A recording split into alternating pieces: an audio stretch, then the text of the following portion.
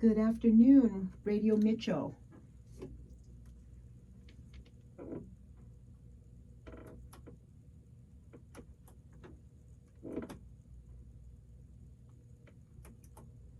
Good afternoon, Radio Mitchell. It is the doc coming to you today. The coach is out today. He has something he has to do. He says hello, but he will be returning for our next show. I am so happy to be here. It is spring break week and the students aren't here, so it's really quiet here. It's like tumbleweeds running through the campus. I miss everyone, but they'll be coming back next week and I'm excited that they'll be returning because then it's 5 more weeks and it is graduation time. Before you know it, this semester has just gone by in a blink of an eye. But before we start today and I introduce my guest for the doc and the coach today, I want to just do our little disclaimer. The information, recommendations, views, and opinions expressed on the doc and the coach do not reflect the views of Mitchell College. And with that being stated, I would now like to introduce our very special guest today. And I'm so excited to have this beautiful woman here who is just so close to my heart and close to my family's heart. And I'm talking about Miss Jean Jordan. How are you doing? I'm doing good. Thank you for having me. Oh, it is such an honor to have you here. If you don't know Miss Jordan, she is the New London president of the NAACP, very active and involved in our community. And so we're having her on today so that she can talk a little bit about who she is, what the NAACP is, the entity, some background on that, on the historic program, as well as just where we are moving forward. In these times where people seem to be stressed and just a little lost at times. I have people coming just feeling like they don't know where we're going, and things just seem so different. Very definitely. So before we start, I'm going to, before I keep going, I would love for you, Jean, please tell us about yourself. Okay, well, I was actually not born in New London. I was born in Westerly, Rhode Island, which I consider a suburb of New London. Yeah, I think so. I would call it that, yeah. My grandmother's family was born there. My grandmother was born in Stonington in 1906, so we've been here for a long time. My mother's family came to New London in 1913 originally. My grandfather came with the Navy, as a lot of our people came here for the Navy. He just was one of those people that came and stayed. I grew up in New London, all over New London. Mitchell College was one of my stomping grounds. We grew up going to Michael's Dairy. We grew up going to Mitchell Woods, baseball games, So you're very familiar with the ice cream factory that's downstairs. Oh, yes. Yes. Excuse me. I remember when they had animals at the barn. When it was actually the farm animals were here. Yes. That's amazing. And it wasn't that long ago that they got rid of them, actually. Yeah, it wasn't that long. What, like 20 years or something like that? Yeah. It hasn't been that long. Yeah, wow. That must have been a really fun time. Yeah, I remember bringing my little cousins over. For families, over. Yeah. Beautiful. And now at least we still have the ice cream. Yes, we do. That's still here. That will be Michael's opening. Ice cream. Yes, we'll be opening April 1st. I miss their little cafe that they had for a while too. Well, you know what? Stay tuned because I know they're doing something a little new this year. They have not gone on to say what it is, but just stay tuned because I'm thinking this could be something you're really going to like. It was nice having it in the neighborhood. Yes, yes. Just walk over and grab something. Yeah, hey, well, hold on to that thought because I think you might be pleasantly surprised with this. I'm crossing my fingers. Coming up, absolutely. It is. It's a great place to hang out. The ice cream is delicious, and they definitely try to meet the taste buds of many folks, people who have gluten issues and sugar-free and the whole thing. So come right away. I asked, would you have sugar-free? Yeah, and they definitely have that, and it's delicious. It's delicious. So what I would love for us to start our discussion on is just, can you give us a little bit of historic background on the NAACP, please? Okay, the New London branch was formed. This version of it was formed in 1956, and we are proud to say, because some branches don't have this, that our branch was started with a woman president. Really? Yes. In 1956? 1956. We started with a female president. My great uncle was the first vice president, Luke Harris, and Wow. Yeah. the people who made up the charter were all family friends. Mm-hmm. And our great Sarah Cheney, who passed away, Yeah. she and Barbara Brown, another great woman who passed away, went out for their grandparents and picked up the memberships. That's amazing. Yes, they That- picked up the memberships. Wow. And you know, for me, I think what strikes me when you say 56, I'm thinking Brown versus the Board of Education was happening during that time. Right. Or they probably just had, I think, the ruling on Brown versus Board of Education Yes. around that time. So that's, wow, that's amazing. What history, right? Yes. Right, history. What history? So we have a historic NAACP here in New London, and I know you say you have the family. It's almost like a legacy for you. Right. My cousin Linwood Bland Mm-hmm. was the president during the Civil Rights Movement. Mm-hmm. Mm-hmm. He was also the president that helped form the Norwich branch. Really? Yes. That connection, because yes, if people don't realize, we have sister branches Branches, here. We have right. New London and we have Norwich. And that happened yeah. because they had so many complaints from the northern area, from Norwich and above, Yeah. that they felt it was time that that area had their own branch. Yeah. And that's what we do in the NAACP. Yeah. We help other towns start their branches. Yes. New Britain helped start the New London branch. Mm-hmm. New London branch helped start the Norwich branch. Mm-hmm. Norwich helped restart Yeah. the Wyndham Willimantic branch. Yeah. That's what we do here in Eastern And you Connecticut. make those connections that way, and to be unified. Right. And at one point, all three branches in Eastern Connecticut were run by women. All three branches? Yes, Norwich, New London, and Wyndham Willimantic. We all had female presidents. That's amazing. And we're back to having that again. Yes, and we're back to the female Yes. presidents. Yes, Yes. because the Norwich president Charlene is now it's a female. Right. It's back to Right. being a female again. That's amazing. Yeah. Oh, I love it. I love it. So going with that. So let me ask you, why? How did you get involved? Why the NAACP? Why the legacy? Why continuing that? Well, when I was a child, they had a teen center at OIC. Mhm. And I had to go on Monday evenings with my cousin to the teen center because my mother had her Elks meetings. Mhm. And I was like in third grade. My Mhm. cousin was in high school. So they had a head of the teen center who would show Super 8 movies. Mm-hmm. Because we're talking 1968, Mhm. 1969. And the teens would disappear. I don't really. Yes, they would disappear in the basement of OIC.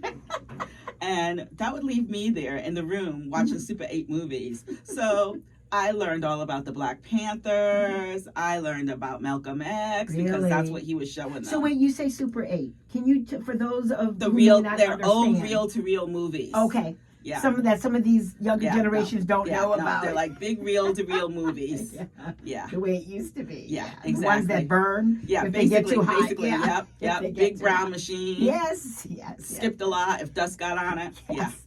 So your interest with NAACP was watching those Well, Super that 8 started it. movies. And then my first trip to Washington, D.C., because I had family in D.C., my Mm-hmm. first trip to Washington, D.C. was Martin Luther King died in April. Mm-hmm. The Poor People's March was in June. Mm-hmm. And when school got out at the end of June, my aunt put us in the car and took us to D.C. Mm-hmm. So we were there for the end of the Poor People's Campaign when they Okay. evicted people from Resurrection City. Yeah. After there was still smoldering going down in some of the neighborhoods from the riots. Really, in from the April after- riots that they had after. Yeah, and then the whole Yeah. area where people were at, it looked like a third world country. And I just Really? always remember that. And I spent half my life in D.C. I Yeah. spent my summer vacations, April vacations, Christmas vacations in Washington, D.C. That area did not get grass until I was in high school. And that's only because they decided to finally put down sod because grass would not grow back there. Really? Because- From the burning? Well, at the end of the Poor People's Campaign that April, Mm-hmm. if you see old videos of it, it rained. Yeah. It rained a lot. Okay. And these people, it was like a shanty town. They Mhm. would live in like tents and whatever they could to make places to stay at. Yeah. And because there was so many people there and the ground just never recovered. Oh, really? So the topsoil. The That's what it topsoil, sounds like. right, Got washed away. And, Yep. It wasn't. It was trampled good over. for- Nothing. Yeah, nothing would grow. Nothing would grow. So they finally put down sod. Wow, they had to That get it area. jump started again. Right, which is nice because now that's where, you know, the Martin Luther King Monument and all that is down in that area, the Vietnam War veterans. So beautiful down there. Yes, it is. You would never think that, you know, at one point it was like that and nothing would grow, because it is such a beautiful area to be in now and to see. Wow, amazing.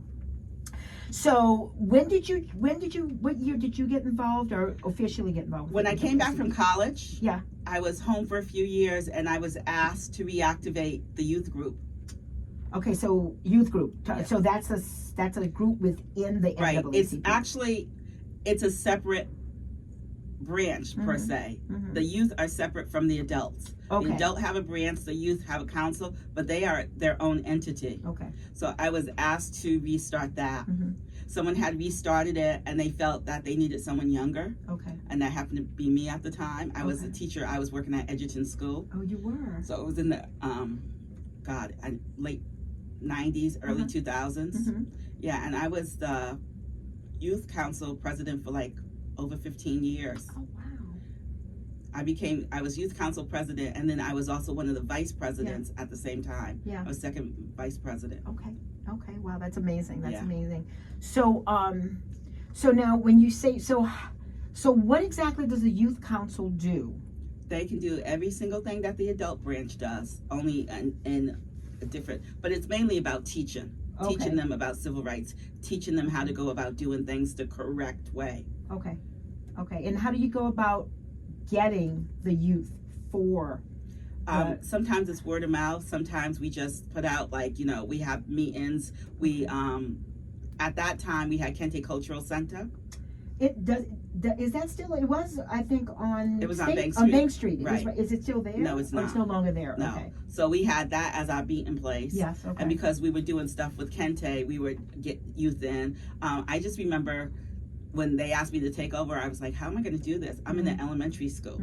I didn't have access to middle school and high school students because I was teaching the little guys. Yeah. So I just put a piece in the newspaper that we were having a meeting, and kids showed up. Oh, that's amazing. And that was you said that was the early 2000s? Yeah, early At that point? 2000s, Okay. I want to say. Okay, and so the process still is the same. Right. Okay, so and you're out Right. there getting students and recruiting Right. students. And my mother came aboard and helped out. Yeah. Because she was retired. And she was like, I really don't like teenagers, but So what's the age? How old do you have to be part of that group? well, what I had elementary school kids to start, but what I found was parents were trying to use me as a babysitting service. Oh, okay. And I would tell them, you know, you want me to babysit? It's $40 an hour. That was the I'm not a going rate babysitting service. then. I'm not. That was the going No. rate. I don't do that. You know. Yeah. So right. it's one thing if you can't pick up your child on time because of emergency, but it's another thing to leave them there so you can go shopping, and that's not what we're about. So then we decided, let's stick with the high schoolers for a while. Okay. And then we dropped back down to middle schoolers. Oh, okay. My mother was the advisor with me until she passed away in 2008. Okay. Riona Dice came along during that time and started helping out, and we started meeting at the Drop and Learning Center.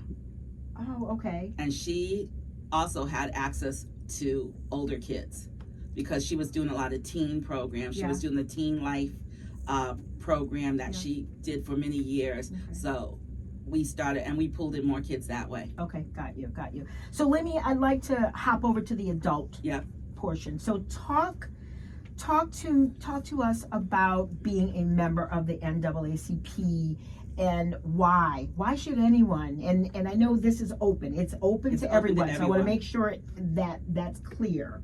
It is open to everyone, but why should anyone be a part of the NAACP? Well, for one thing, we are the oldest civil rights organization in the world. Okay. I actually did some research, and there's one other organization that's considered a civil rights organization that's older, and I don't feel they are. Okay. And that's the NRA. Oh, okay. Yeah. The National Rifle Association? Exactly.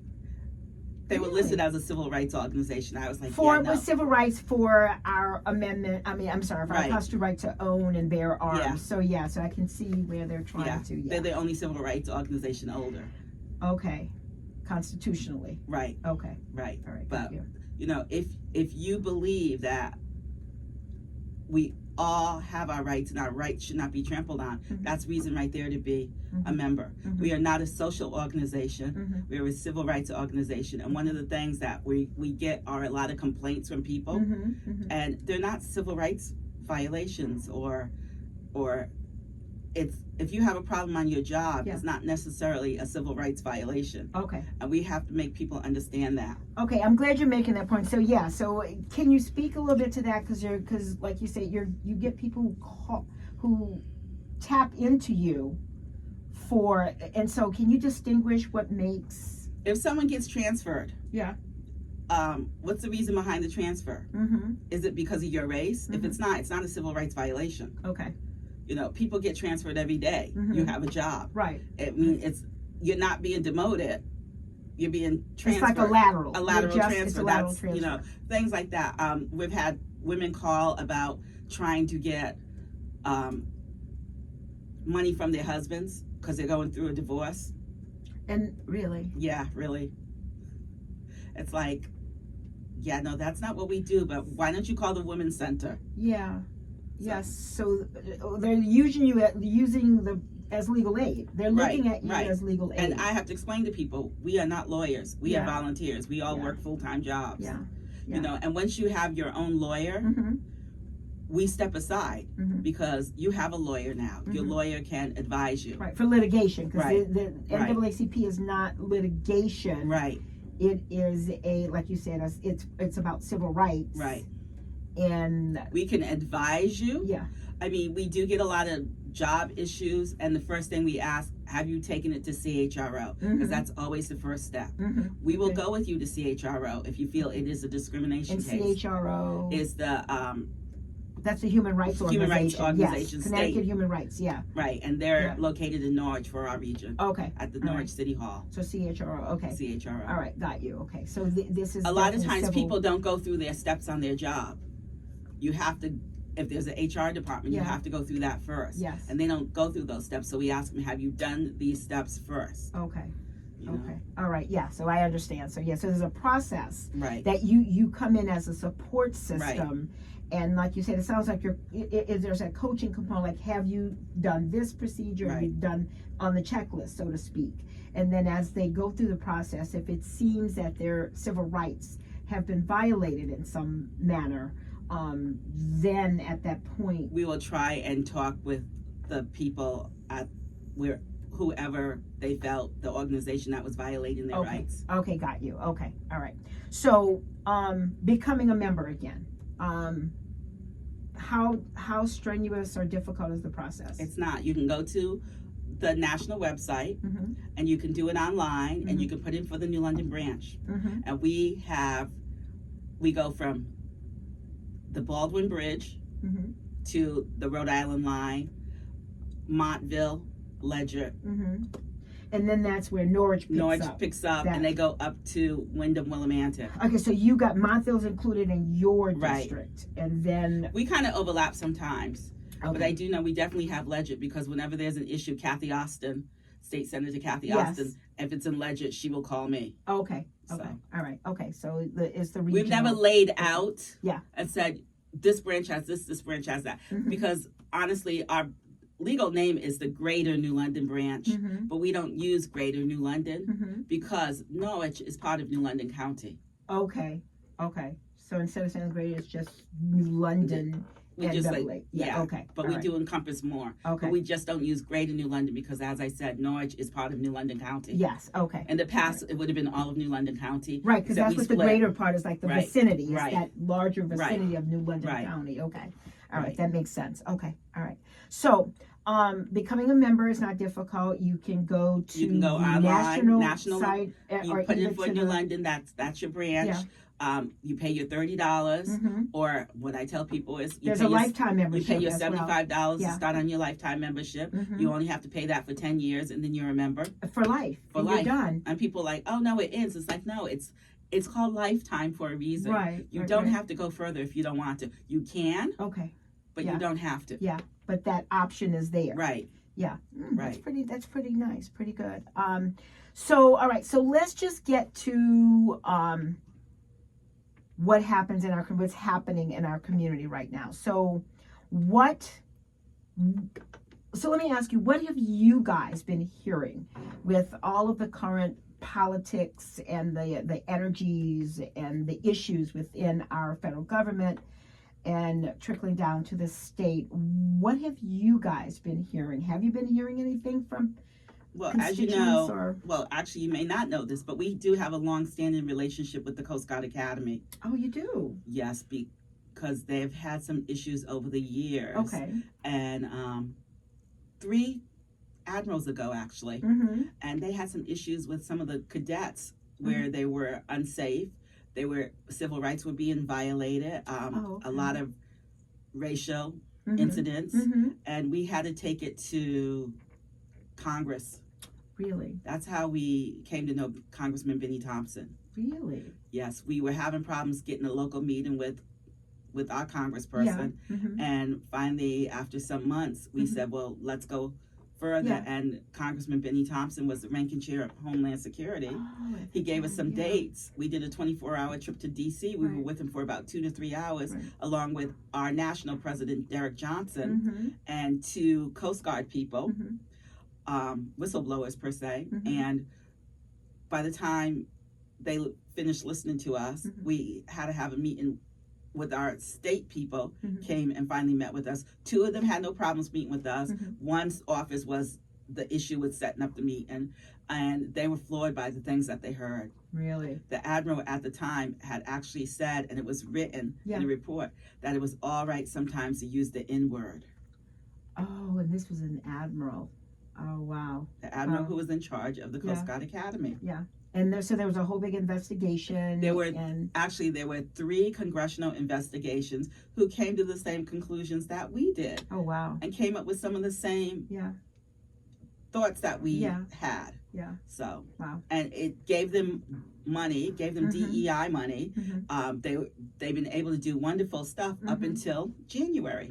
Okay. You know, I just had a thought. I was thinking of something because, you know, like you said, when people come to the NAACP with a concern that might be a civil rights violation of some sort, what prompts you to action, or sometimes not prompt you into action, is whether or not they're following the protocol. Like you said, if someone comes to you from an organization, a business, and you say, have you gone through your HR person? So many times, so let me ask you, because I thought about this. So if the HR person or entity picks up and they do an investigation, that means the NAACP does not necessarily have to get involved at that point? No, not necessarily. Sometimes we try and talk to the HR people and we let them know, because sometimes people don't know. Yeah. Sometimes it's about education. Sometimes people don't understand what certain words mean to different people, different communities. And sometimes you have to educate them on that. Okay, like the word woke. That was a big conversation I was having. Woke is a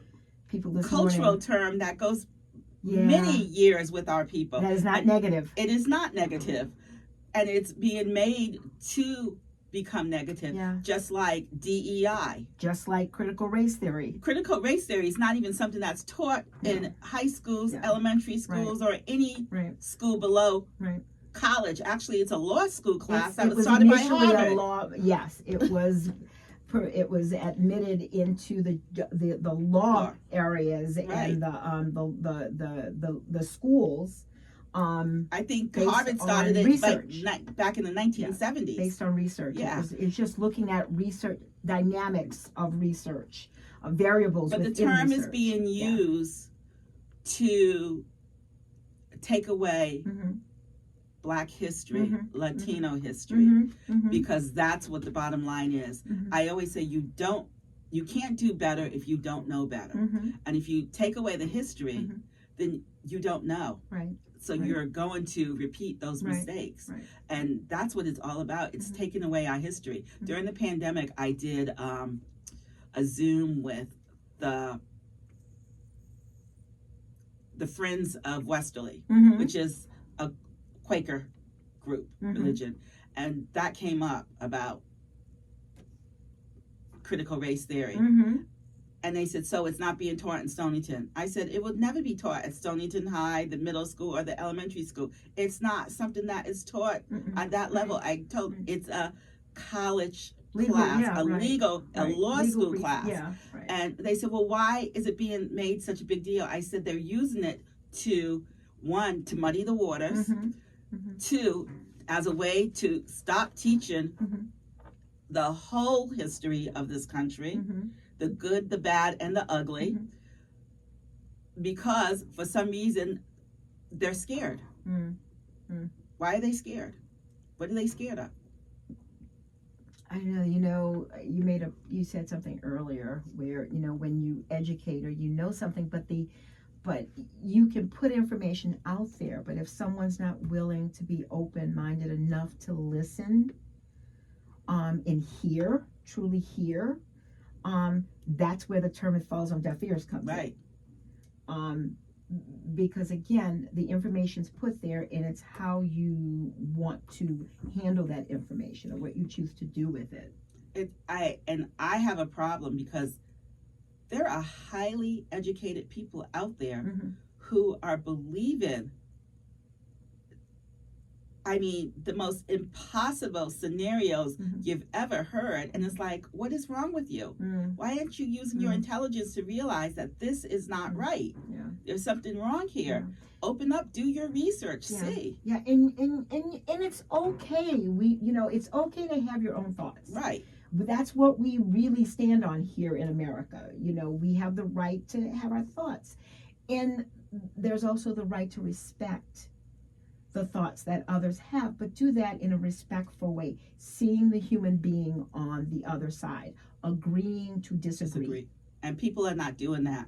I'm at the point now where on Facebook, I go on, I post something, I get off. I don't comment on anyone's stuff anymore because I just can't. I can't read anybody's posts. I just can't, because it's so negative, it's horrible. And if you have a different opinion, the things that people say, it's crazy. Yeah. I looked at a post yesterday, and it was a post with, it showed, I think it was 5 generations of African American women. I made the mistake of going down and looking at the post because I thought I was going to see something nice. You made the mistake. And it was like, oh my God, this is a nice family picture. And there were comments being the ugliest comments. I don't need to tell you what they were because I'm sure you. I can imagine. Yeah. It was like all over a nice picture of 5 generations of Black women. Wow. And you've got what they call them trolls now, right? Yeah. People are out there looking for whatever argument they are looking to have for whatever reason. Between the trolls and the bots, it's like, you just don't know. Yeah, and you're right. You have to back away from it. And I tell people, do your research. Yeah, right. You have think to for yourself, and not just Wikipedia. You have to find credible EDUs. Find credible. That's what research. I tell my students. I said, no, was it an EDU? Right. You want to make sure you're going, and like we used to say, like, here, even when I've been teaching my classes, even my clients, because part of being a psychotherapist is you're teaching. That's what you're doing. You're working with people and having them be able to navigate life and find what they need. But even like the World Health Organization, those entities that do research, they do research in a way, the scientific method, the way it should be done, and recording that information so that they can share their findings. But you have to be mindful of your sources. Yes. And your resources. That it's not just someone going in and being able to just change what they want. And a lot of what is coming, when you look at the websites, they're actually foreign. They're not even from this country. It's like, you look at, if you read it and you look at the spellings and the grammar, it's not someone who speaks English as a native language writing this stuff. Yeah, they're, and it's interesting because I actually saw today, I was looking at one of the requirements for one of the Facebook groups was that you have to speak English. You have to speak English. So I didn't even realize that was an issue going on, I guess, in some of these groups. They're saying that if you're going to be a part of the group, you need to be able to use English. Well, that sounds like, well, the president just made English the national language. Yeah, So. yeah. Interesting. Very interesting. So again, talking about the issues that are happening, what can you say to folks about the current political environment and things that are going on right now? Listen. Mm-hmm. And I'm telling people this to listen where I'm at the point where I'm on a news break. Mm-hmm. I can only do a half an hour a day of news. Mm-hmm. Try and stay calm. Mm-hmm. You're going to hear a lot of stuff. We know, those of us knew this was coming down the line. Mm-hmm. We're not going to be as hurt as some other people Mm-hmm. because we have prepared mentally Mm-hmm. for this. Mm-hmm. Other people have not. Mm-hmm. Right. And those other people, because they believe and see and hear everything that's going on. We don't. We question. Mm-hmm. Continue to question. Mm-hmm. Take care of your mental health. Yeah. Because that's a big thing. Like you said, back away. You cannot stay on these platforms. You Right. have to back away and turn it off and connect with people face to face. And be prepared to go back to doing some of the things that we had to do in the 50s and 60s with the civil rights movement. Mm-hmm. We might have to start doing some education Mm-hmm. of our youth. Mm-hmm. Mm-hmm. Those, freedom schools. And I do see this as enlightenment because the coach and I, we're talking about issues that are going on. We absolutely have had this discussion, and I've said to him, I see this as a time of enlightenment. Right. Where people didn't understand how our government worked, how the branches, the three branches of government worked and how they interconnected. And, you've got oversight by one to make sure that one branch is not, taking the power Exactly. and running with it. It's an age of enlightenment because people are now, it seems they are paying more attention. They're looking to again, get the information to understand how government works. And like you said, to your point, there's this thing where people are saying, but I don't understand why these decisions are being made and people are being cut. And then you've got the other side of the aisle. And when I say aisle, I just mean other people who are saying, but you were told this was going to happen. So when you're saying there are people who are saying, I didn't know, I didn't understand, it's because I think sometimes when you think you're not going to be affected Right. by what's going on, you don't always pay close attention to it. And I tell people this, 3 words, 13th, 14th, and 15th, Mm-hmm. the amendments. Our amendments, yeah. If you look at what's going on, Mm-hmm. it looks like they're trying to erase those 3. Mm-hmm. Mm-hmm. They're coming under attack. And people need to look at those amendments very closely. And so how's the NAACP working with that or are making sure that these amendments are not taken away or rescinded? Well, I know in our any way? national is following it very closely, and right now, locally, statewise, we had Congressman Al Green, Mm-hmm. who went old school. And Civil can you rights. talk about that? Because some people may not have seen, because some people, so I'm going to tell you, some people like myself, I was watching Roland Martin. Yeah.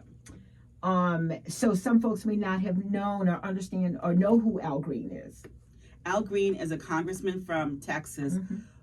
In his late 70s, Mhm. very nice man. Mhm. He comes to all the NAACP conventions, and he doesn't come as, I'm Congressman Al Green. Mhm. He comes as, I'm Al Green, a member.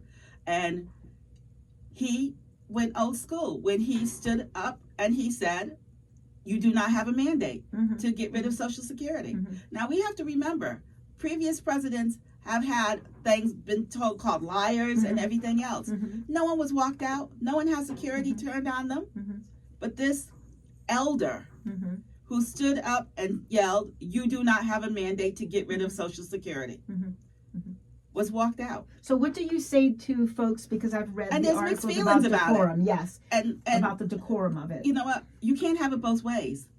When your people did it, they didn't get walked out. So Mhm. now why are you telling this elder that, you're wrong? Mhm. And then there are younger people who don't understand what went on during the civil rights movement. Mhm. And the next day, the majority of his people, Congress people, Democratic Congress people stood with him as he was censored, and they sang, and that was what we saw in the 60s. That's what we saw during the civil rights movement. So standing up. So what you're saying is, my mother taught me, you stand up for something even if no one else stands up with you. Sometimes you have to stand alone. You stand alone. Sometimes you have to stand alone. Sooner or later, she said, more people may come along, but you might only be the first person, and you have to stand there, and you have to stand there with your back straight and be prepared because to you stand in your values. Exactly. You stand in your truth, and that's what we're teaching or trying to teach the younger generation. And that's what he did. And we have a congressman from a district that is predominantly African American who voted to censor this man.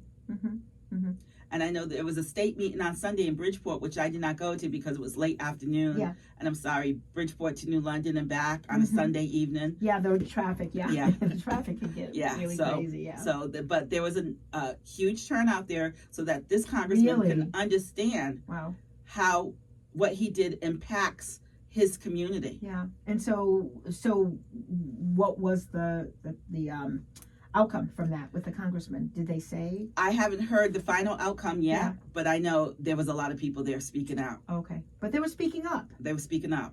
And speaking up and interesting, speaking out. Yeah, because I think of Thurgood Marshall, because everything happened on that end with Thurgood Marshall. Right. Being here and being a part of Connecticut history. Yes. Marshall. NAACP, absolutely. So it's ironic how things come back around. And again. That was also took place in Bridgeport. Yeah, that took place in Bridgeport. It did. That if you look at Marshall, you'll find I actually saw the movie Marshall at a screening before it was released. Right, because they had it at the NAACP, and 6 Degrees of Separation. That was the day that Tamara Lanier and I were meeting with Ben Crump. Yeah, really? In Baltimore. And Ben Crump said to me, he said, "Oh, you're going to see Marshall this afternoon?" And I said, "Yes." He said, "Tell me what you think about the ending of the movie." Wow. And he said, "Text me and tell me what you think." Yeah. I didn't know at the time that the ending of the movie was Ben and Trayvon Martin's mother. At the end, At the end of the movie. At the end of the movie, yeah. So, amazing, right? Yeah. Amazing and stuff. That movie was written by a Connecticut lawyer, a Connecticut civil rights attorney. Yes. Who was also the attorney for the Black Panthers of Connecticut. Good. It's a good historical. Right. It's a good historical and we need to constantly get that history out there. Our kids don't know enough. And we're lucky in the state of Connecticut that we have an African American Latino curriculum. Yeah. But it's not mandatory. Yeah. It's a mandatory elective. It's elective, right? Mandatory for everyone to take. Right. The Holocaust is mandatory that everyone has to have it. There's a problem there. Yeah. And when I spoke to the Hadassah group of Southeastern Connecticut, I said to them, that's a problem. And they said, what can we do? I said, use your influence the way you did to get the Holocaust as a mandated curriculum to do the same thing for us. Yeah. Because they both need to be taught. And baby steps, is that what we can call it? We're lucky we live in Connecticut. Yeah. Things are, when you leave out of I think sometimes I even say out of this region of the United States. And things are different when you get and we have pockets and things are changing and it's not been that great and people have had issues and friendships have been broken up because of what's going on. Absolutely. So right now the concerns that the anxiety, I hear a lot of anxiety from people who work for the government locally on whether they will have jobs. We already know people who have lost their jobs. The Chief Diversity Officer at the Coast Guard Academy, actually, the job title had been changed last year, early last year, long before. Before the election? Yes. Oh, okay. But that whole department is gone. They've wiped that all. The Eclipse program, 50 years. This is their 50th anniversary. It's supposed to be a big deal. It's gone, shut down. So what's the Eclipse? Can you tell us a little bit about that, the Coast Guard Academy's diversity initiative from 50 years ago, started 50 years ago. And they have affinity groups. And affinity groups were all the different groups that make up the Coast Guard Academy Cadets Corps. LGBTQ, Southeast Asians, African Americans, the Genesis group, all different affinity groups. 50 years, they would be celebrated next month. And that was taken away. It's taken away. It's completely wiped from the website. Okay. The department is gone, completely wiped. They were all fired that first week, and on Valentine's Day, they received their final their letter that they were officially fired, because at first they were put on leave, and then they were all fired Valentine's Day. Oh, so the department was shut down. And basically. as of now, they still have guest speakers coming, who include Congressman Benny Thompson. We're hoping that doesn't get canceled. And Congressman Benny Thompson is with... Congressman Benny Thompson is a congressman from Mississippi. He was the ranking chair of the Homeland Security. And he's been a big supporter of the Coast Guard Academy. Okay, just for those who may not know, because again, he's not in our area. No, he's here, not, but so he's very well known. He's nationally. down by my neck of the world. Very well known nationally. Louisiana, New Orleans, by Louisiana. Yeah, absolutely. So and locally also you have the school systems that are going to be affected. Yeah. Because of money for programs. New London itself has a international program. Really? Talk a little bit about that, please. Jennings School is considered an international program. Okay. Because they will be doing languages. Yeah. You cannot do international programs without talking about social justice. That's going to be... So the language has got to be... When I say language, I mean the jargon, the wording. Right. To describe has got to be tweaked at this point. Exactly. So you can teach language, you can teach about other areas, but you have to, it's the wording that has to be tweaked at this point. Okay. Right. Okay. And then, with the Department of Education possibly closing down, and they've already, fired half the people in one day, that's going to impact grants, how long it's going to take for stuff to get done. We already know that USDA, the Agriculture Department, has cut funding for school lunches. They've cut the money that allows states and school districts to buy just local. Recently, because just I know this week. usually. Oh, just this week. Okay. They cut the funding that allows school districts to buy farm fresh food, local food. And so that's been cut. So that's going to be something that will impact our most vulnerable populations, you're saying. Right. Okay. All right. So, it's a lot of things. So those are the things that we're hearing from people. But mostly people are just concerned about what's going to come down next. Yeah. And, I had mentioned and alluded to earlier that the NAACP is open to everyone. You do not have to be black or brown. No, we don't. To be a member of NAACP. You just have to, pay your dues, be willing to commit to help the cause. Yeah, and to improve our communities. All relations. Our communities. Yeah, so... And this is something that comes up, but I'm not a Democrat. We're not political. It's not. We're not partisan. It's not. We have members who are of all the parties. Yeah. I took a lot of heat a few years ago because a local restaurant, which is owned by a Republican state senator, wanted to do a fundraiser for us coming out of the pandemic. Yeah.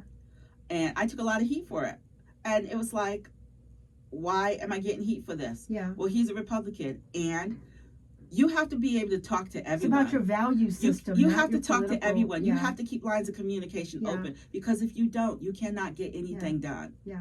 If you shut down and say, I'm not speaking to this person, what are you going to accomplish? And so, I'm glad you said that, because it did trigger for me values. I'm always talking about people's values. Right. What are the values of NAACP?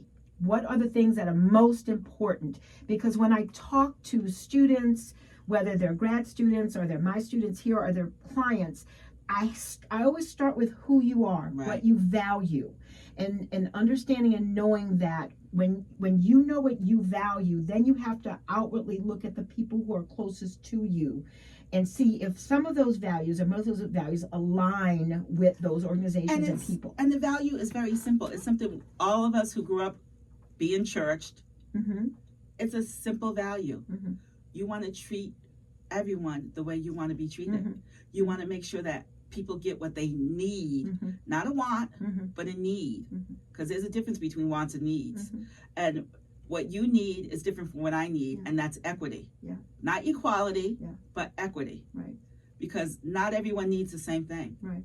And those are the basic values and tenets of our organization, is making sure that people have that equity, that they get what they need, Mm-hmm. that communities get what they need. Mm-hmm.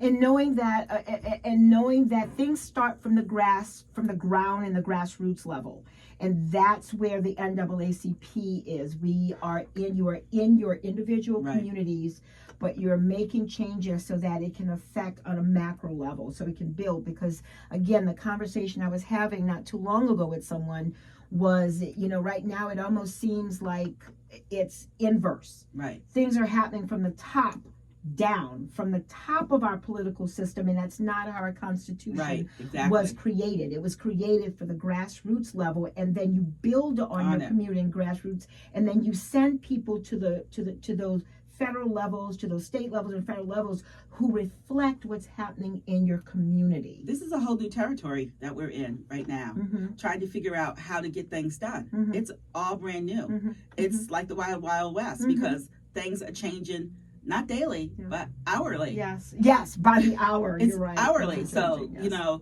Yeah. what I heard an hour ago is going to change Yeah. within the next hour. Right. So it's like, Right. it's constantly trying to keep up and figure out and readjusting what Mhm. you do. Mm-hmm. Mm-hmm. You have to Yeah. readjust. Absolutely. And I think that's why earlier I said I see this as a time of enlightenment. Yes. Because it does seem that people, like you said, are getting together, and they're protesting, nonviolent protesting, Right. letting their voices be heard, and going out and saying, hey, this is not what our Constitution is about. This is not who we are as an American, as the United States. We're Yeah. accepting. And I just read something where someone said that instead of going to the streets and protesting, Mhm. people need to sit back Mhm. and let things happen, because they will implode on each other. Mm-hmm. And that's hard to do. Mm-hmm. It's hard to do when you see something that's wrong. Yeah. So so let me ask you, because what it sounds like is make a difference at your community level. Right. Because again, what we're You have seeing, to start small. Yes, because what we're seeing, I think, is a conversation again that I had when I was teaching race, ethnicity, and culture, and we were looking at and talking about when things happen in other regions, when things happen, say, down south or out west, and I would say, just because something happens in a state that's down south does not mean you're Thank not you for going to saying be that. affected. Because during the pandemic, with Breonna Taylor, with George Floyd, Yeah. I remember Derek Johnson, our president, saying, don't go out and protest George Floyd in your town. Mhm. Didn't happen in your town. Those people out there are going to take care of it. You need to protest something that is happening in your Mhm. town. Mm-hmm. Mm-hmm. Local. Yeah. So are you saying finding what? But there is that connection, because we do have things that happen at all areas, not Right. just where poor, this young man had his life Right. taken from him, but all over. And so there are those commonalities. But and again, until it was actually seen Right. on video, there were people who did not believe. But it's a case that of what's things like going this on in your occurred. town. Take Yeah. care of that. Yeah. Take care of that first. And absolutely, and that goes back to take care of home. Right, exactly. Take care of home, because just because something happens, we're here in New London, just because something happens in Waterford doesn't mean that it won't get back here in New Right. London. So it's being mindful, it's being aware Right. of what's happening in Exactly. your greater area. Being mindful of it, but also know that that's getting taken care of Right. in their area. Right. Take care of what you have underlying in Right. yours. And be active. Right. Be aware of what's happening. Have a voice. Know what's going on so that you can go out and affect change and be that social change agent, because it's very important.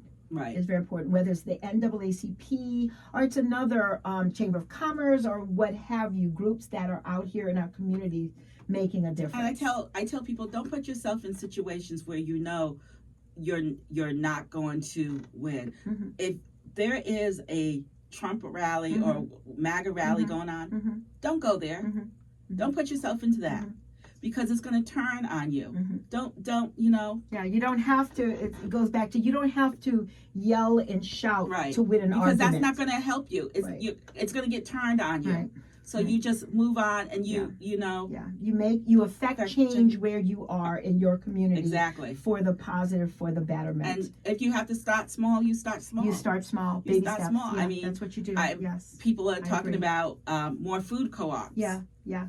You know. Yeah. It's because prompting some different grassroots. It's prompting more grassroots efforts at this point. Reverend Jamal Bryan is doing the 90-day target. Mm-hmm. Well, however, there's a problem for some people in some areas, because that's the only place we have to shop. Yeah. Right. So where do you shop? Right. We don't have local places. Right. So you know, you want to boycott, but you have to do what's best for your community. Correct. Because if you don't have some place to shop, where are you going to get stuff? Correct.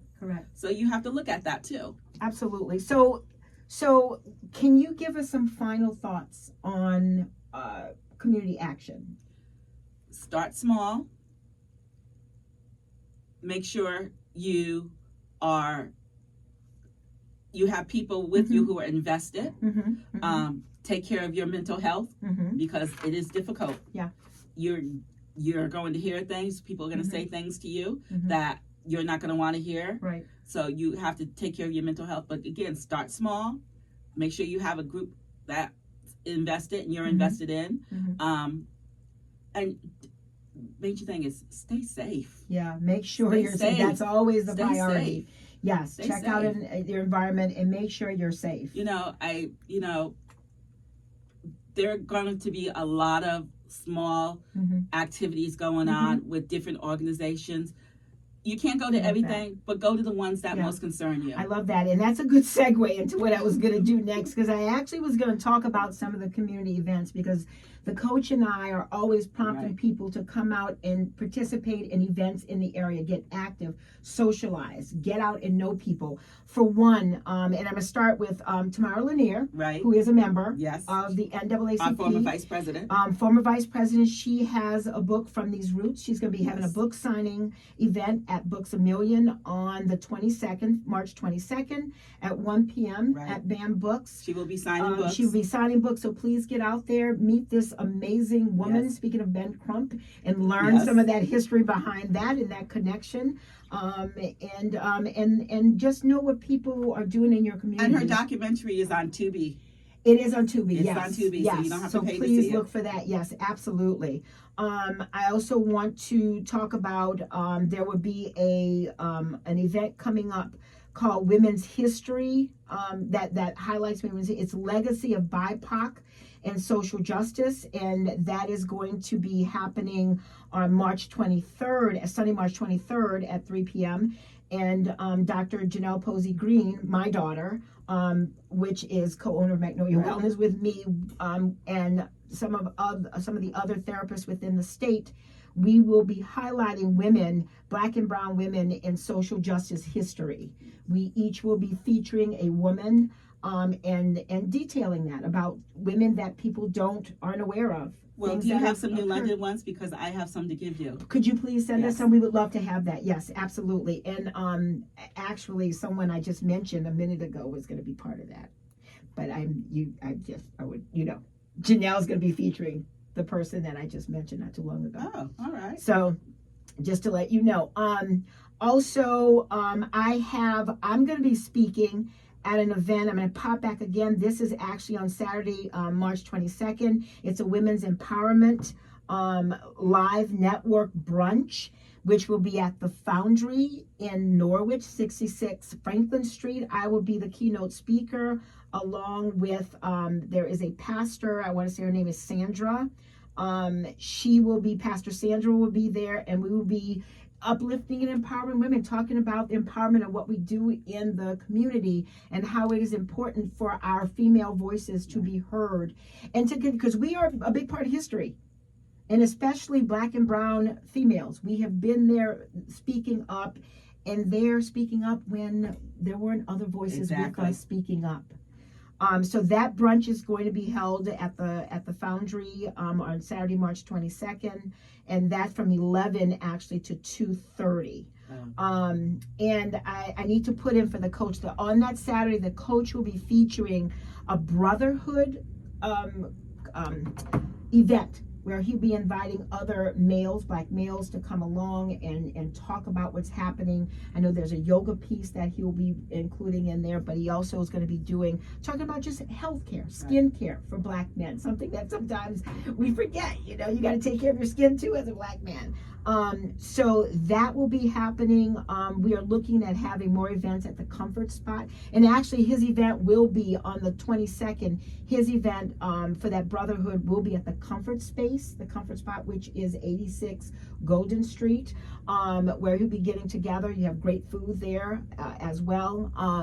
But it will be locally in New London, and after that we're looking at moving everything to the Foundry because that's the same day of the brunch.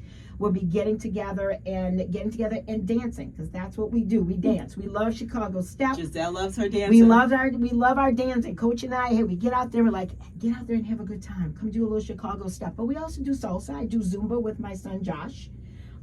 So we incorporate all of that. But for that day, it's coming out, just socializing, getting together as people, as a community, and getting to know each other again. And we are stronger together than we are apart. And that is basically what it comes down to. So absolutely, guys, get out there, get involved. Please look for the National NAACP. You can look for the New London branch. Please consider becoming a member if you have young people. And again, it's open to everyone. So please. Membership for youth is free. Membership for youth is free. We have free membership for our youth. Because it's about education. It's about education and activation and being active. So please consider becoming a member and of this historic organization, and just getting out there, letting your voices be heard, being a social change agent. It's very important. It's very important. And I'm so honored that you have been here. You are such a phenomenal woman. And I am so happy you were down here at Mitchell College. Oh, I love it here. This is our beloved community. Well, let me tell you, Mitchell College, since Dr. Tracy has come and you have come, it has changed, and it has changed for the better. And I have to throw Dr. Martinez in there too, because when I say we have representation of black and brown women, we have women who are leading quite a few departments here, not just black and brown, but in those areas that I'm speaking. I'm director of health and wellness. Dr. Martinez is director of student engagement. She oversees events and everything that happens, anything that affects the students. That's what she oversees, and she is a big impact on this campus. Dr. Tracy Espy, we got Dr. Tracy Espy, who's the president here. We have quite a few women as department heads here. This is truly a beloved community, and again, I'm here for a reason, because we are accepting, because we look at people and we see the human being sitting across from us, and knowing that everyone matters. Everyone matters. No matter what you do in this life, you impact the person next to you. Yes, you do. And Mitchell College has some great students. Inanda, amazing. She came and spoke to our middle school students. Yes. One of the students told me she needs to come back and speak to the staff. Yes. So we're going to work on getting her to come speak to the staff. She's amazing. She is amazing. And she's representative of what we have here on this campus. She's one of many. We have, these students here are so loving, and just, they jump in. They know something needs to get done, and they come in and jump in. And it's nice to see them out in the New London community, in the community, because that's not something that we've always had with Mitchell College. We've had that with the colleges on the other side of town, but not at this end of town. Absolutely. And this is a beautiful area. We've got beaches down here. And again, I can plug in, we have Michael's Dairy. We've got ice cream. And a little extras, I think, that will be happening this year when they open again, to add to the ice cream that they're doing. So definitely looking forward to them. And if you're a diabetic like me, they have non-sugar. They have non-sugar. Yes, they do. They have non-sugar. Yes, they have. They try to meet, and non-dairy. Yes. They have non-dairy as well. So if you can't do dairy, they have that option as well.